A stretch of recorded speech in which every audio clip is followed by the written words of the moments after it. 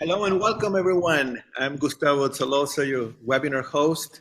And today we have a very exciting webinar with some wonderful guests that will appear live later on this month in the Colorado Health Summit. And I'm just going to move on because we're kind of short on time and introduce our co-hosts. Here we have Kelly Williamson and Jerry Casados.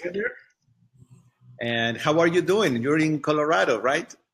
We're great, thank you. Doing good, yeah. Wonderful weather out here too. Very good, very good. I will let you go ahead and introduce our first guest for this afternoon, and then we'll let Dr. Freeman talk to us. Okay. Yeah, I would like to introduce Dr. Andrew Freeman. He's one of our guest speakers at the summit August 18th and 19th. And Dr. Freeman is a cardiologist at National Jewish Health in Denver, Colorado, Director of Clinical Cardiology, Director of Cardiovascular Prevention and Wellness, and Associate Professor of Medicine at National Jewish. And he also is a founder and co-chair of the American College of Cardiology, Nutrition and Lifestyle Work Group.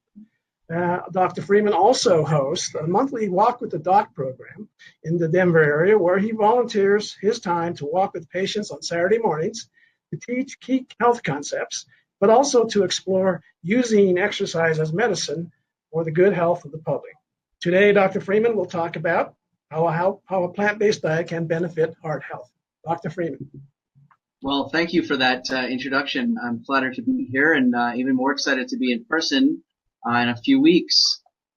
So I've been tasked with the duty to sort of talk about the cardiovascular benefits of plant-based diets. And I'll just point out, first of all, that it's not just diet that leads to heart health, but really four things, which include a plant-based, low-fat, whole food, unprocessed diet, regular exercise that usually leaves you breathless for about 30 minutes, regular stress relief and mindfulness, and of course, connection and support in life with others. But the key thing I want to talk about, which is kind of uniquely foreign to the medical profession at this point, is the concept of using nutrition in everyday practice to reduce cardiovascular events.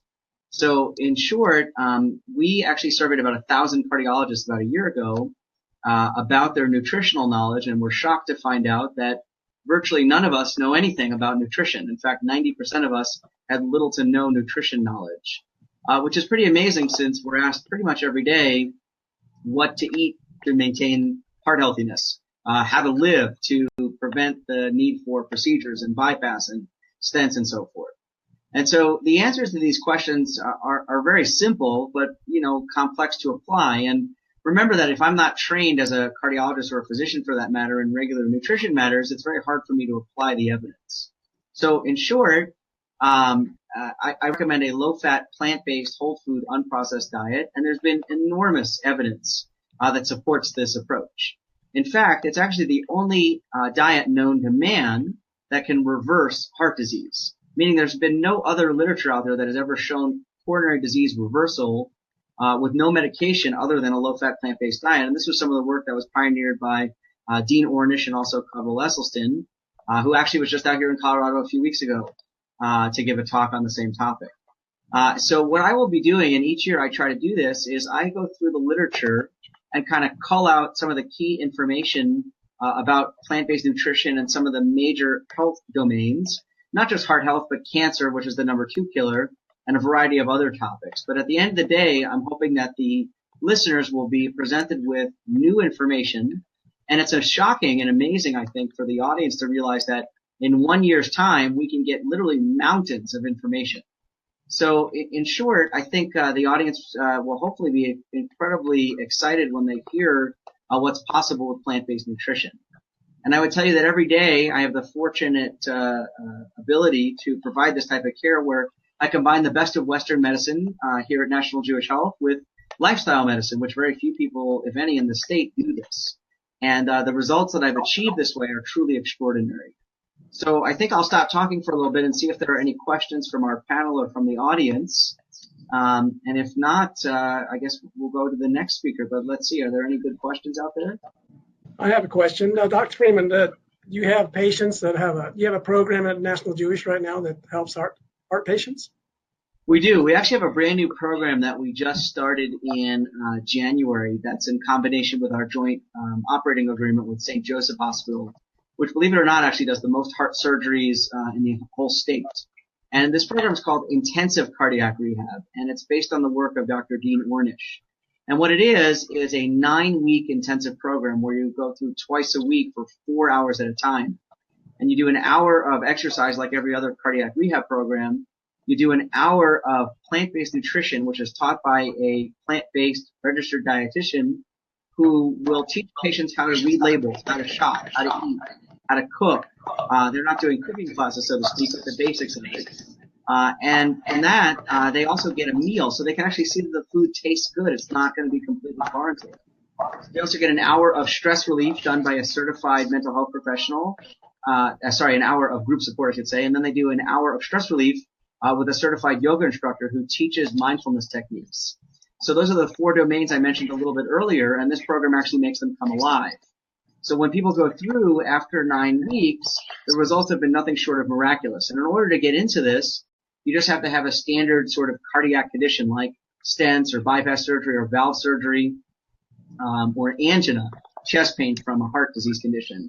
And it's covered by all the major insurers, including Medicare, which is an amazing thing. It's the only program shown to reverse heart disease. And so far, we put about 60 people through, and the results have been miraculous. We're talking 10, 15, 20, sometimes 30 pounds of weight loss, marked reductions in blood pressure and cholesterol, all without additional medication, and also major drops in C-reactive protein, a major marker of inflammation.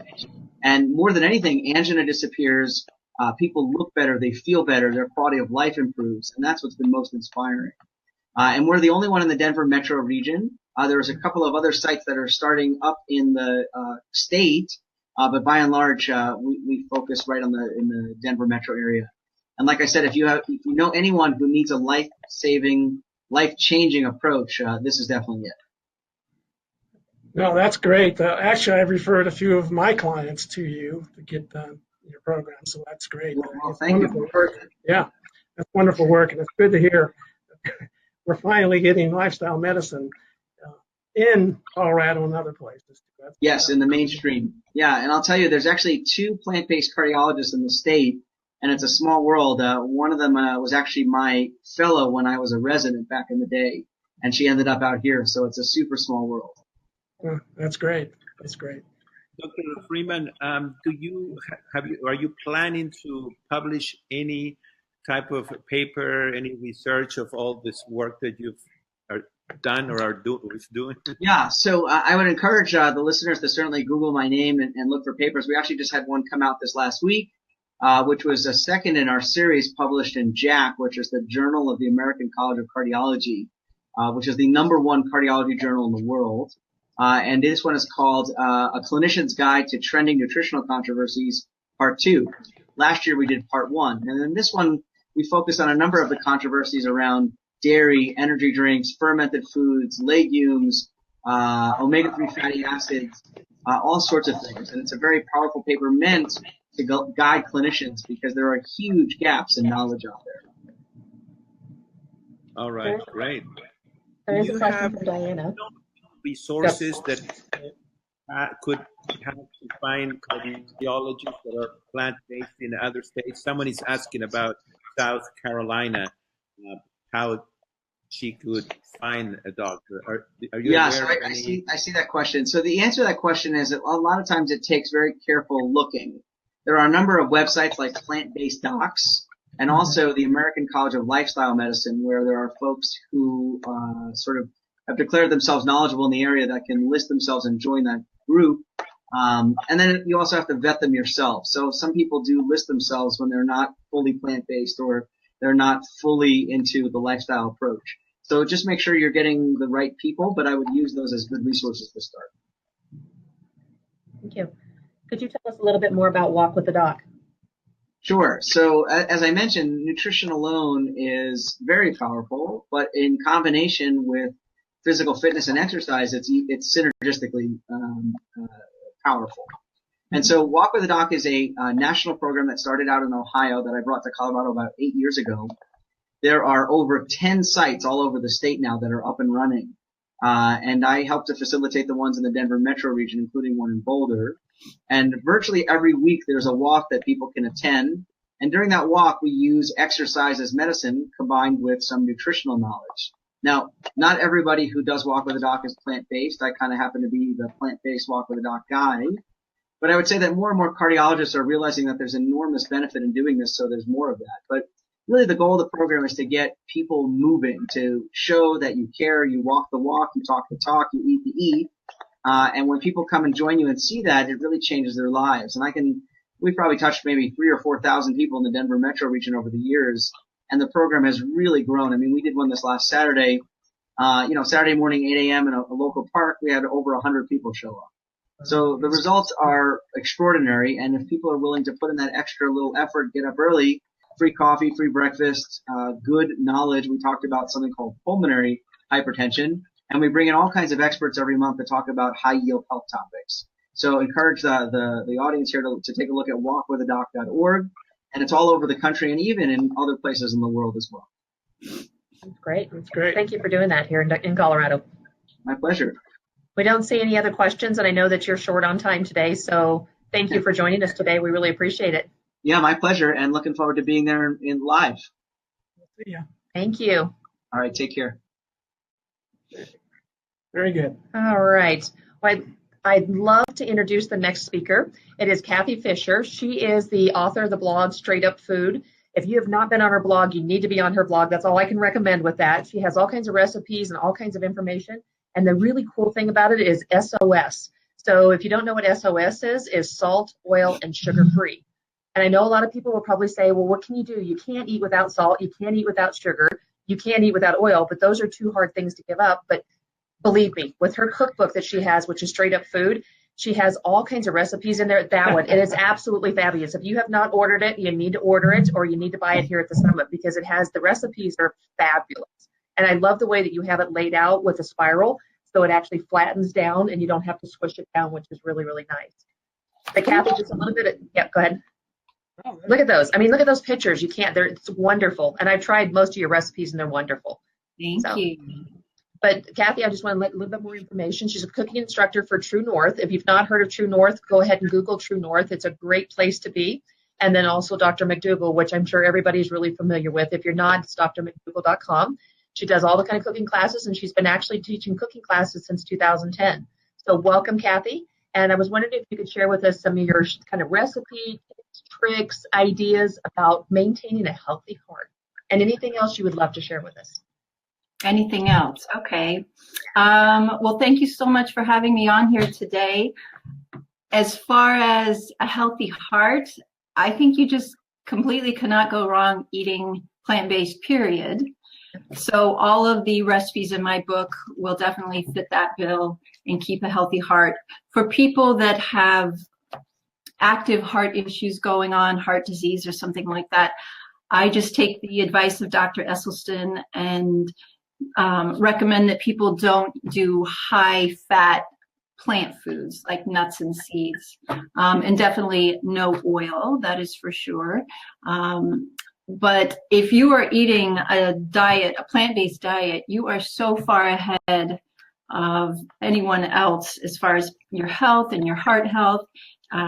So yeah, really check out my recipes. They're free on my website as well if you're not up for getting the book. But my specialty is taking recipes that we all, most of us anyway, already use, and just giving them a makeover so that they are body healthy, heart healthy. And one of the recipes I'm going to be making in a couple of weeks at the Summit is Beefless Stew. And that's one of my most popular recipes because beef stew is familiar to everybody, pretty much in the US anyway. And it's a dish that so many people love and have already made. And so I just take out the things that aren't health promoting, such as the beef, oil, and all the salt. So, for example, instead of the beef, I have to get creative, and I use portobello mushrooms, and I just cut them into nice chunky pieces. So by the time they're done cooking, they kind of look like beef in there. It's amazing. They add so much, these mushrooms add so much color and flavor. And then I leave in a bunch of other stuff that is totally healthy that's already in beef stew, such as carrots and celery and what else? Potatoes and the paprika and the herbs. So sometimes you don't have to really switch out a bunch of ingredients. It's quite easy. It's a lot easier, I think, than people realize to eat this way. It's not like another planet. It's just like a little tweak. And it might taste a little different at the start if you're just starting out plant-based. But if you can have the faith, keep with it for a couple weeks, your taste buds will start to recalibrate, and they'll talk to your brain, and they'll start wanting more and more of this food, and it will start tasting even more amazing to you. So, yeah. So how did you get salt and did not crave it anymore? Salt? Well, I still love the taste of salt, so it's not like I don't like the taste anymore. I just am mindful of not keeping it around, so I don't overdo it on salt. So, for example, I don't keep it in my house. Well, I think I have a little bit in my house for people that come over and they want salt, but I don't add it to my food. And salt, it seems like people usually fall into either one of two categories. They're really into salt or they're really into sugar. Yep. So I'm more of a sweet tooth, so giving up salt was not so big of an issue for me. I wasn't a big salt shaker on my food type of person, but I love potato chips and stuff like that that's salty. So I didn't notice such a big going away of the craving of salt. I have noticed that I've lost some of my craving for the sweets, which is really nice. So now when I have a dessert, I don't need a big dessert. I just need a couple bites and I'm really good. So something definitely went on there. And like I said, I just wasn't into salt that much to begin with, but I know other people are. So I try to let them know that it will get easier and that it will get better. And they're going to be fine health-wise if they don't add salt to their food. But actually, salt shakers are the least, one of the smallest areas where we get our salt. Most of the time, we're getting all this excess salt, oil, and sugar from processed foods that we buy or from going out to dinner. So those are the biggies: canned soups, packaged foods. So I always tell my students to really read those labels, even if it's with something that's as tiny as a can of tomato paste. You always want to read your labels and know what you're putting into your body, because they will sneak things in there sometimes. But overall, I would just say, give it a try. It might feel a little uncomfortable at first if this is really new to you, but it will get better, just like any new habit that you're creating. You know, if you're trying to learn a new language or you're trying to learn dancing, it's so frustrating at the beginning because you want to have it down already. You want to be there, but you just got to hold on and put one foot in front of the other. And for a lot of people, the rewards begin almost immediately or within a couple of days. They see things changing in their body. They feel better. They sleep better. Their breath is better. Their elimination is better. So your body will give you this feedback that what you're doing is what it likes. So that is really nice. That helps you to be motivated to keep on going. But I think if you're not already eating this way, it can be big and scary. It's not really that big and scary, especially once you taste the foods. I feel like I'm talking a lot.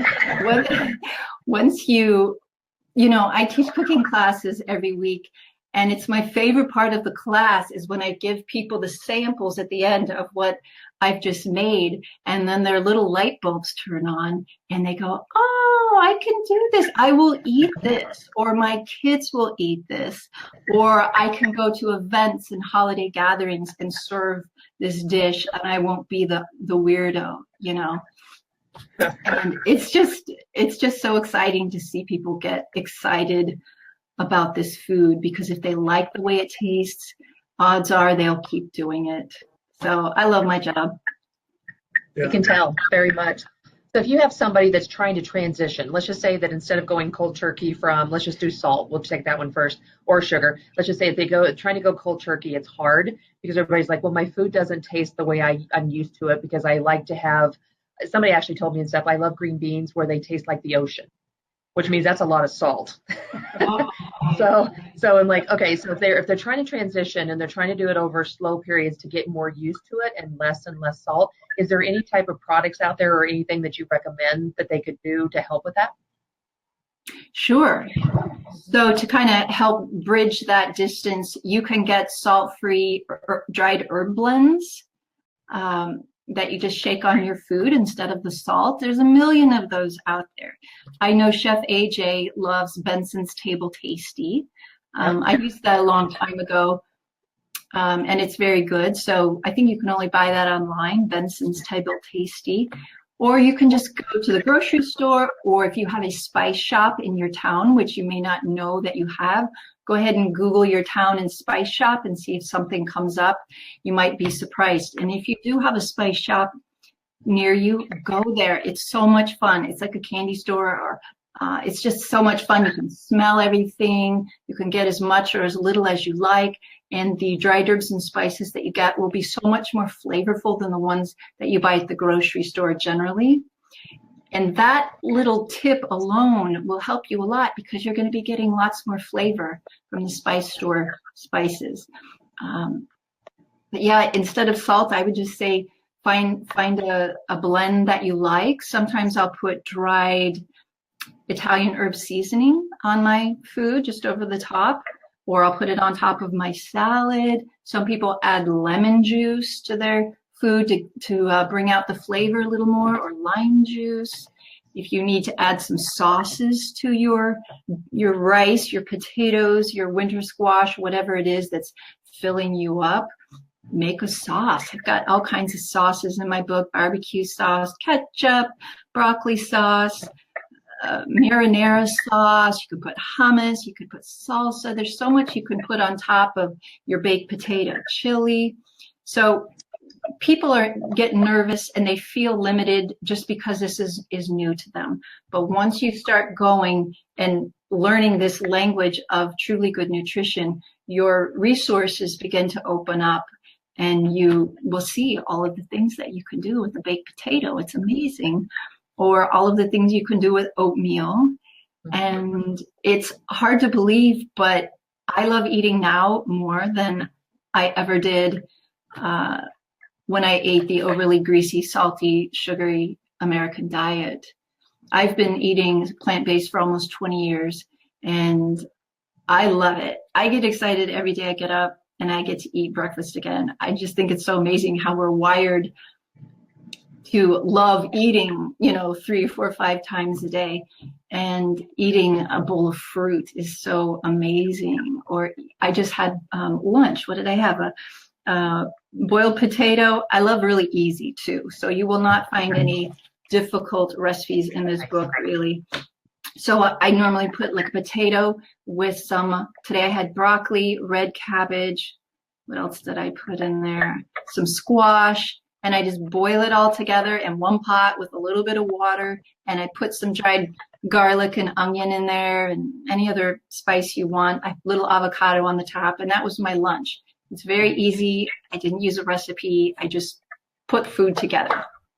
So the more you eat this way, the better you will get at just throwing food together. You won't need to break out a recipe every single time. And that reminds me, I actually have a link on my website that's called My Meals. And it's just pictures of all my meals, a lot of my meals that I've made for myself. And I do this on Facebook a lot too. And people really appreciate seeing that, what I'm actually eating for my everyday meal that isn't a fancy recipe or something. So did I get off on a big tangent there? No, it's wonderful. Thank you. So a lot of people think that going vegan or going plant-based and stuff is very expensive. So what do you think about that? I don't think I think it can be expensive. It depends where you shop, how you buy, and it depends on what your definition of expensive is. You can, buying rice and beans is very inexpensive. You can buy them bulk. That's really inexpensive. When I shop at places like Whole Foods, maybe their produce will be a little more expensive than Safeway down the street, which is more of a traditional grocery store. If you go to the farmer's market, you might be able to find really good produce, even cheaper than the grocery stores. We have a farm stand nearby where I live, and their stuff is pretty reasonable. So you just kind of got to look around and find out where your favorite areas are. I don't shop in just one place. I have different areas. And you don't have to do that, but I like doing that. I like going to the farmer's market. I'll stop in at Whole Foods. I'll go to the farm stand sometimes and mix it up. But no, it does not have to be expensive at all. And one of the tricks to keeping it not expensive is buying whole foods and staying away from the packaged foods as much as possible, because whenever you buy something in a bag or a jar or a can, it's going to be more expensive. So I do buy some things that are packaged, like mustard or soy milk, although I'll often make my own non-dairy milk. But I really try to keep those things to a minimum, because they're always trying to sneak things in there, like bread that comes in a package. There's lots of salt, oil, and sugar in bread, which surprises a lot of people. So I buy bread once in a while, but I try to keep it to a minimum. And everybody's different. Everybody that eats plant-based does not do it the same way. So you have to find out what maybe the foods are that you don't want to keep in your house because you'll go crazy on them. Say you're trying to lose weight. In addition to becoming healthy, you might not want bread in your house. I kind of go crazy on boxed cereals and breads and anything that's a processed grain. So I tend not to bring those things in the house. And then if I'm out and about, I eat at home most of the time, but if I'm out and about and I get a little bit of salt with my restaurant food, that's okay for me. Now, some people may be trying to be perfect with their salt and not have any added oil or anything like that. And if you're trying to be perfect or near perfect, I tell people to just eat at home most of the time, or bring your food, or know where you're going to eat and know what they can provide you. Can they make you a salt-free meal or an oil-free meal? And anybody can do research now, and most restaurants post their menus right there online, so you can see. You can always call ahead and ask questions. And it's such a good time right now to be going plant-based, because restaurants and servers are so used to this. So you don't have to feel like the oddball when you ask questions at restaurants. And there might be a little learning curve, and you might feel kind of funny, especially if you're out with coworkers who don't eat the same way you do. But I say put it out there, get your courage on, and remember that you're doing it for you. You're not doing it for anybody else, because nobody else has to live in your body. So remember that you're doing it for you. And if people make fun of you, which is often them just kind of wondering, like, what's that all about? But it can come across as insulting or something like that. Just keep on the straight and narrow. And one of the reasons that I've been doing this for so long and that I'm going to keep doing it is because I don't want to be a sick old person. I don't want to be a sick young person, but I definitely don't want to be a sick older person. And I don't want to have to rely on other people to take care of me. And I don't want to be a patient at hospitals and doctors' offices. It does not appeal to me at all.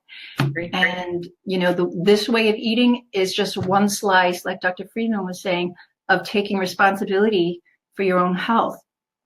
No one else is going to do it for you, even if they love you, even if it's your mom or your children or your lifelong doctor. You really have to take the reins and get on the computer, do the research, find people that sound good to you, that look healthy to you, that make sense to you. That's how I started. I started with Dr. McDougall, and I read one of his books, and it just made sense to me. And he wasn't talking in some kind of complicated doctor speak. He was just talking like a regular person who had obviously done their homework. And that was the start of it for me. So, and it's been very gradual, like you were saying, Kelly, earlier, if people trying to change overnight, there's a few people that might do that, but the majority of people, they start with one or two things. Okay, I'm going to stop eating meat 3 days a week or 1 day a week, or I'm going to stop eating meat all the time. And then once they get that under their belt, then maybe they'll give up the dairy, and then maybe they'll give up the oil.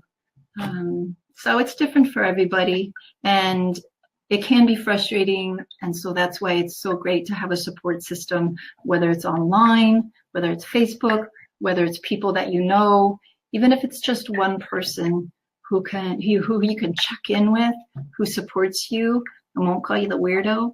It's really, really nice. Great, thank you. You're welcome. So it looks like we have a couple questions. So any plans to have a Kindle edition of your book? Yes, I have a Kindle made. I just have to make a few changes to it and put it up on Amazon. My book's already on Amazon and it's doing great there. But yeah, a Kindle edition, what is today? I'm going to make a goal. I'm going to tell you to get that Kindle up on Amazon by the time I come see you guys. How about that? There you go. Good. Yeah, I just have to do it. Find time to do it. I agree. Yeah. So another question came is, what do you typically eat in restaurants? Well, let's see. I'm trying to think of the different restaurants I go to. Sometimes I'll get, a lot of restaurants have kind of a Mexican plate where you can get corn tortillas instead of flour tortillas. So I will sometimes get that just with the veggies and the whole beans and the rice. That's a favorite thing. Or there's always the good old salad. If you're out with people and there isn't a lot else on the menu that you can eat, I will get a salad. I'll ask if they have an oil-free dressing, and even if they say yes, we do, I'll still get it on the side so I can put as much or as little on as I want. And people do get kind of tweaked out about eating in restaurants, and what if there's something I can't eat, or what if there's only a salad? But it's good to remember that it's just one meal. And when you get home, you can eat your regular food, your regular healthy food again. So I think we tend to forget that when we're out in a restaurant with other people. It's just one meal. So I'll order a salad and I'll eat a salad, or I'll ask them if they have any plain baked potatoes with no butter or oil on them already. And if they say yes, I'll get one of those. And then if they just have some water sauteed veggies to put on top, that's always easy and good. And most restaurants have that. And then if they have a little salsa, sometimes I'll put that on, just fresh tomato salsa or something. And I'm trying to think what else. Yeah, and I've got a section in my cookbook about how to eat out at restaurants where I go into a lot more detail about that. But again, once you get the hang of it, you find out where your favorite restaurants are around where you live, then you just tend to go to those places over and over. If you are traveling, then you got to do a little bit more research. I did learn that from PCRM, they have an ongoing updated list of all the airports in the United States and which ones have healthy food options, which I thought was really cool. So you can Google PCRM and airport food or something like that. But there's always a way. There's always a way. And sometimes you are starving and you will maybe eat something that you normally wouldn't if you were at home. And I remind people, I just with the next meal, you can get back on again. So it's just a little blip and then get back on. You don't need to fall apart and say, oh, I wasn't perfect. I failed. Just, Or none of us are perfect. Yeah. and you're not starting from the beginning again. You're just getting back on the path. Who is it that says you want to walk a certain direction in general? You know, as long as you're not going backwards and yet you're moving forward in a healthy direction, you're to be commended for that. And that's great progress. And as you go along, you're going to keep learning and you're going to keep trying things. I've done this, you know, like I said, for almost 20 years, and I'm always working on something and trying something else out and reading and seeing what else I can learn and try and checking in with my body to see how I feel. And so it's become kind of a hobby for me and a career, but it started out as a hobby, which led to a career. And I'm just so glad that I had this intolerance to dairy food, because if I didn't, I would never have discovered this maybe, you know? So everyone's got a story of how they got into this or what medical issue or health issue brought them to this. And I find it so interesting to hear people's stories of what brought them here. And they're usually just very grateful for learning about the information. Yeah, that's great. So it looks like, any recipe ingredient suggestions for people who struggle transitioning to plant-based due to the amount of fiber causing problems?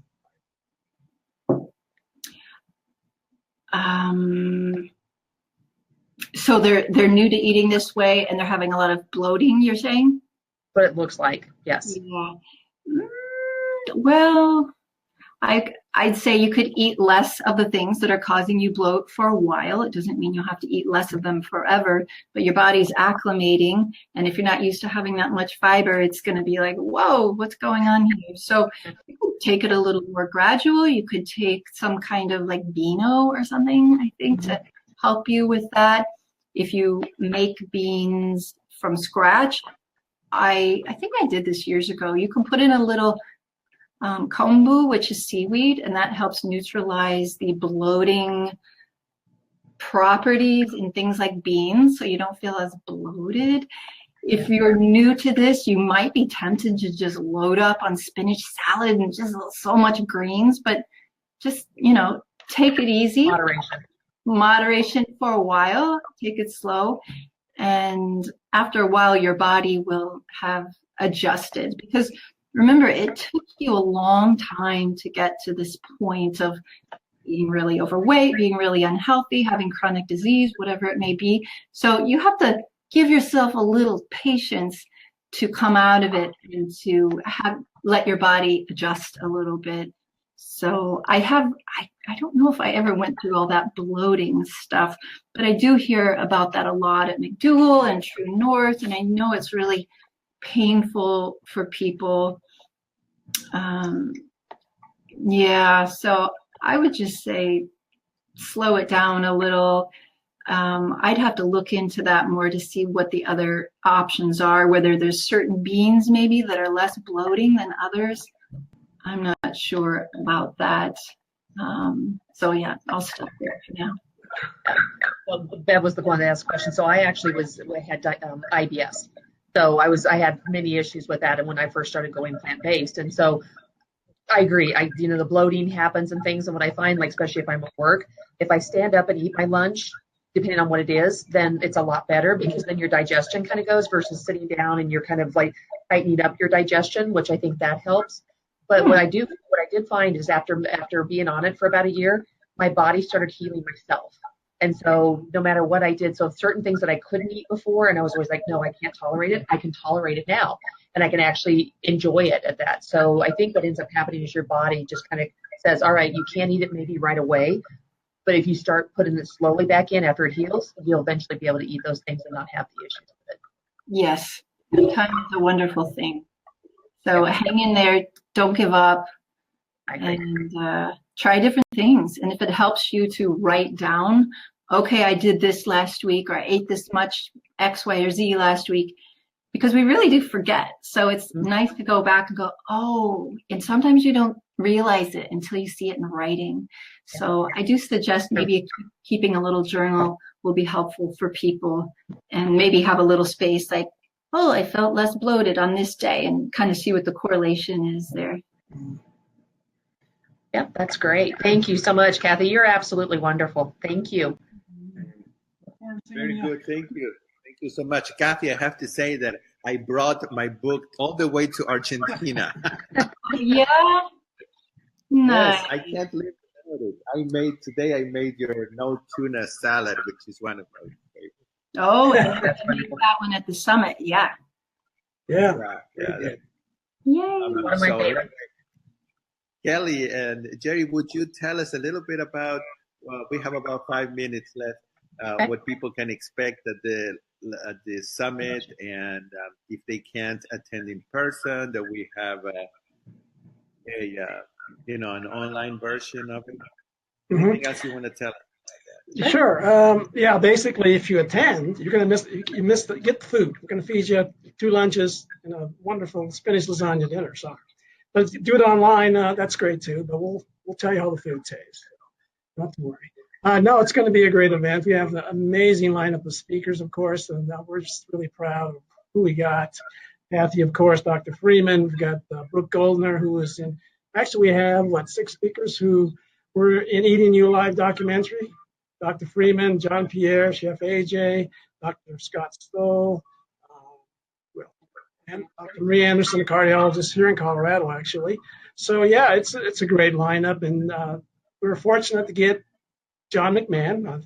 I'm not sure if everybody's heard of him, but he's type 2 diabetic, morbidly obese about 7-8 months ago, and he basically bad neuropathy. He was really in bad shape. But he reversed his diabetes and lost, I think he's close to 100 pounds now. So, and he's going to tell his health journey. You just got to hear that. You know people who are struggling with diabetes. He's going to be, to me, he's just an inspiration. I've been following him with his I Thrive stuff. Now he's climbing mountains. His next goal is in November to climb Kilimanjaro. I was like, that's crazy, but he's thriving, so that's a good thing. So, no, it's just an amazing line of education, learning how to transition to a plant-based lifestyle, and all the data behind it, of course, like Dr. Freeman said, decades and decades of evidence obviously shows all the things it does with diabetes, heart disease, autoimmune diseases. And we have another speaker who's going to talk about brain cognition and plant-based, and he's pretty amazing. He's done a lot of research on that. So, and we also have some other lifestyle stuff. We have a MAT instructor coming. MAT stands for Muscle Activation Techniques. It's where it basically teaches your body how to muscles and tendons, gets them back. It's kind of in between massage and acupuncture. I get treatments for that. It helps, back, knees, whatever symptoms you got. Try to avoid surgeries. It's good for that too. So she's going to give a little demo on that. So we're bringing in a lot of different things, and plus the speakers. Like I say, the food's going to be great. But if you can join us in the live stream, it's going to be great. And Kelly's going to do her little thing with the demo, so maybe she can say something about what she does. Yes. Let me, hold on just a minute. Kathy, could you turn off your microphone if you could click on it, Kathy, because getting some feedback. And, okay, there you go. Perfect. So like I said, it's not going to be docs and stuff. It's going to be health and wellness, but it's also chefs. So we're bringing in, Chef Kathy Fisher. She's going to be doing these absolutely wonderful recipes that are coming out of her book and sharing those with the audience. We're going to have, like we're talking about, a little chopped event. So we're going to have the 2 chefs kind of talking, going and trying out recipes, and then having probably the docs, either sous chefs behind them to back up. I'll be doing some tips and tricks and saying, how do you meal prep, or how do you actually maintain a plant-based lifestyle if you have a heart problem and you're trying to think about how do I, have my lunches ready, those type of things. So I'll be talking about that. But it's just a full, fun event. One of the burgers that we're actually serving during the lunch is about this tall and about this wide. It's absolutely wonderful. So the food is fabulous. It is all plant-based, no oil. We're actually trying to stay away from the salt and the sugar as much as we can, everything with that. But It's a fabulous time. The online is going to be just as fabulous because you have absolutely wonderful Gustavo who's going to be running it. So I hope you can join us for either in person or online, both of them. It's well worth your time. It will be great. I can't wait to be there. And thank you, Kelly. Thank you, Jerry. You're welcome. Thank you, Kathy. Thank you, Kathy. Enjoyed your talk very, very much. Thank you. Thank you. All right. Well, we will see you in a few weeks, and later on, I will post the link for people to register. Perfect. And you all have a good rest of the day. Great. Have a great night. Thank you much. Go plant-based. Okay. Bye-bye. Bye-bye, everyone.